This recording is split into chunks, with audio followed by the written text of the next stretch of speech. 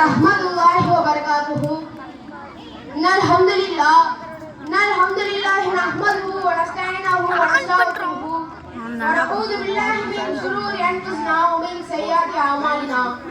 मैं यहदियुल्लाहु फला मुदिल्ल लहु व मैं युद्लिलहु फला हादिय लहु व अशहदु अल्ला इलाहा इल्लल्लाह व अशहदु अन्ना मुहम्मदन अब्दुहु व रसूलुहु अम्मा बअद।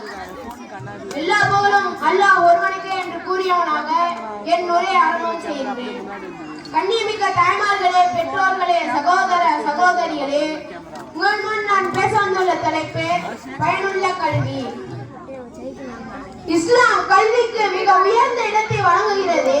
அல்லாஹ் அருளிய முதல் வஹியை ஓதுவீராக என்ற கட்டளையுடன் தான் ஆரம்பமானது. அறிவை பெறுவது ஒவ்வொரு முஸ்லிம்களின் கடமையாகும். நபி ஸல்லல்லாஹு அலைஹி வஸல்லம் அவர்கள் அல்லாஹ்விடம் இப்படி துஆ செய்துள்ளார்கள். யா அல்லாஹ், எனக்கு பயனளிக்கும் அறிவை தா, அதில் நீ கற்றுத்தந்ததில் எனக்கு பயனை அளி, எனது அறிவை அதிகப்படுத்து.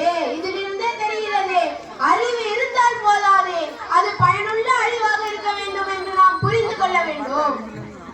பயனுள்ள கல்வி என்றால் என்ன என்பதை அதிகமானவர்களுக்கு தெரிவதல்ல.